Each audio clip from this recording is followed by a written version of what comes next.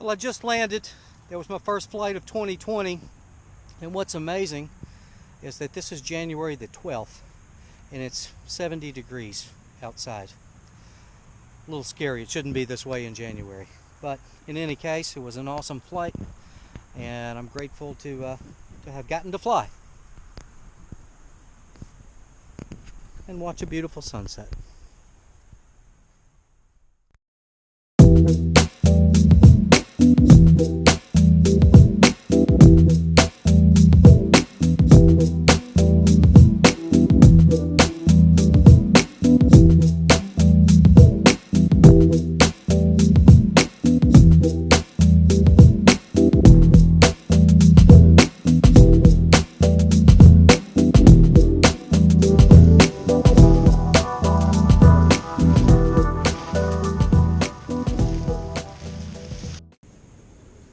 Well, flying a powered parachute is kind of an unusual hobby, so I thought I would make a video and explain how I started flying. Like many people, I had always wanted to fly. I spent a good bit of time flying in military planes and parachuting from them while I was in the Army, but I really wanted to be able to pilot my own aircraft. So in 1999, I took a ride with a local flight instructor in his Cessna 172 to find out what it would take to get my general aviation pilot's license. By the time we landed 30 minutes later, I realized it would take more time and money than I had, and even if I got my license, I would spend quite a bit of cash renting a plane and buying fuel, and I probably wouldn't get to fly a whole lot. In short, getting my pilot's license was not a practical option at that point in my life. Well, not long after that flight, someone told me about seeing a weird-looking flying contraption that was best described as a motorized parachute. Like many people, I had heard about this kind of machine and think I had seen one on television a few times. The internet was still fairly new in those days, but there were a few websites about powered parachutes with links to various pilots and instructors around the country. I found a pilot who was also an instructor about an hour away from my home, and I called him to schedule my first ride in a powered parachute. During the introductory flight, I got to ask a lot of questions, and after we landed, I felt much better about learning to fly a powered parachute rather than a fixed-wing aircraft. I had a friend who became interested in the idea after hearing me talk so much about it. One day he suggested that we buy a powered parachute together and learn to fly. That sounded like a good idea to me. He found a used plane, one of the first models ever made, and we decided to buy it, which meant we had to drive from Virginia to Pennsylvania to pick it up. It was a single-seater called a paraplane, and the owner gave us a few quick lessons on it, how to start the engine, some do's and don'ts about laying out the parachute, that sort of thing. We signed a paper the owner had written, releasing him from any liability if we were injured or killed in the machine he was selling us. We had to partially disassemble the plane to fit it in my friend's van, and it took us all night to drive back home. We spent the next day, a Saturday, putting the plane back together, and the following day, Sunday, we loaded it on a small trailer and headed to a nearby cow pasture I had found in order to try it out. It seemed like a good idea at the time, but in hindsight, I realized how lucky I was not to have been hurt that day. There was a sticker on the aircraft that read, "Not to be flown in winds over 15 miles per hour." Well, that day the wind was at about 12, so we thought we should be okay. I decided I would fly first since I had actually been in the back seat of a powered parachute before. I had watched the pilot and I knew the basics. Take off and land into the wind, add throttle to climb, decrease throttle to descend, push the steering bars with your feet in order to turn. So I buckled on my motorcycle helmet and strapped in. My friend started the engine.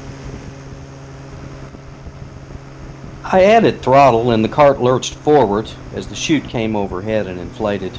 I was airborne in about 50 feet and I was climbing like a rocket into the wind.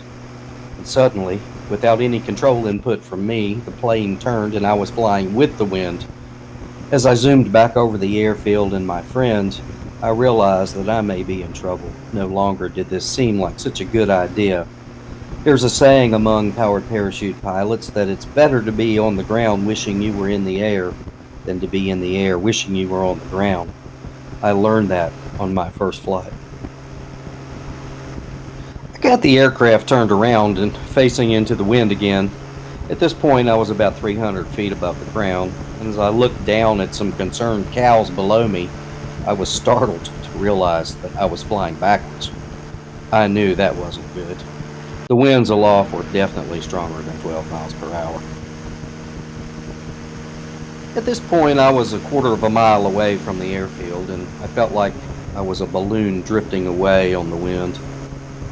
I lowered the power and was able to descend out of the strongest wind, and eventually I crawled back toward the airfield. As I landed, I felt like I was coming almost straight down. I bounced a few times, and my friend ran to help me collapse the parachute to keep the cart from flipping over. It was clear that flying for that day was done. We strapped the plane back on the trailer, and I remember that as we got back in the van, my friend looked at me and said, I see how somebody could get hurt in one of these things." Later, he admitted that he had thought my time was up. The following weekend, my friend buckled into the plane and took off. He weighed about 80 pounds more than me, and we were both surprised to learn that the aircraft did not climb quite as well as it did on my first flight. He barely climbed over the tree line at the edge of the field, and later he told me he could have touched the top of a tree if he had just put his foot down. And on the other side of the tree line there was a graveyard, which definitely caught his attention. We each flew a few more times and made some mistakes. I remember one landing when I came in slightly sideways and ripped the back tires off of their wheels. It wasn't long before we decided we should get some formal training, so I called the instructor I had originally flown with, and we spent a few hours learning the finer points of taking off and landing. I also learned a lot about weather and airspace and radio procedures. It was something we should have done from the start. In 2008, the FAA regulations changed and I stopped flying for almost a decade. But I found myself longing to fly again, so in 2016 I bought a 1995 Buckeye Dream Machine. It's a two-seater. I worked toward my sport pilot's license, which is required on this aircraft, and I fly every chance I get. Every time I fly, I think about how lucky I am. It's like magic to float over the fields and watch a sunset from 1,000 feet in the air. It's an amazing feeling. And that's my story of how I started flying a powered parachute, and here's one of my better landings on a 70-degree day in January 2020.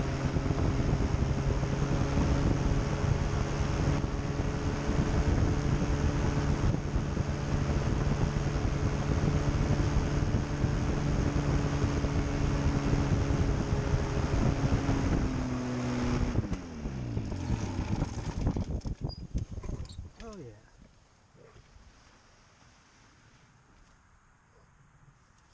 Great flight.